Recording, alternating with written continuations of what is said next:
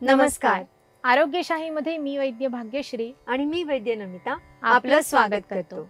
आरोग्यशाहीमधलं दुसरं अक्षर आहे र. र आहे रेमिडीचा, आरोग्य देणाऱ्या उपचाराचा.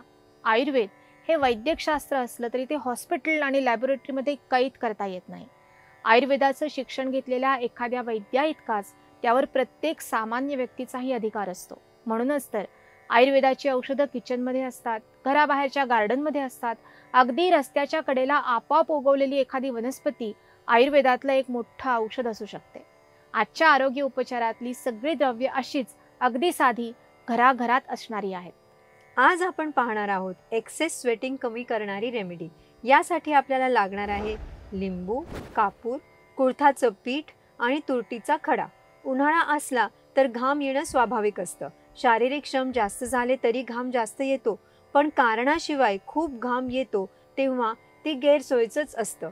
शरीरात फॅटचं प्रमाण जास्त असणाऱ्यांना सुद्धा घाम अधिक प्रमाणात येण्याची टेंडन्सी असते.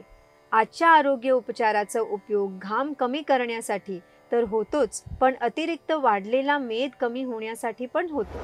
रोज सकाळी आंघोळीला जाण्यापूर्वी एका वाटीमध्ये चमचाभर कुळथाचं पीठ घ्यावं. त्यात पाव चमचा कापराचं चूर्ण मिसळावं. आता याची व्यवस्थित पेस्ट तयार होईल या प्रमाणामध्ये लिंबाचा रस मिसळावा. तयार झालेलं हे मिश्रण आंघोळ करताना उठण्याप्रमाणे संपूर्ण शरीराला चोळून लावावं आणि साबण न लावता आंघोळ करावी. आंघोळ झाल्यावर कपडे घालण्यापूर्वी संपूर्ण शरीरावर, विशेषतः ज्या ठिकाणी घाम जास्त येतो तिथे हलक्या हाताने तुरटीचा खडा फिरवावा. या उपायाने काही दिवसातच अतिप्रमाणात येणारा घाम कमी होताना दिसतो. अशाच अजूनही अनेक साध्या रेमेडीज जाणून घ्यायच्या असतील तर पाहत राहा आरोग्यशाही लोकशाही मराठीवर.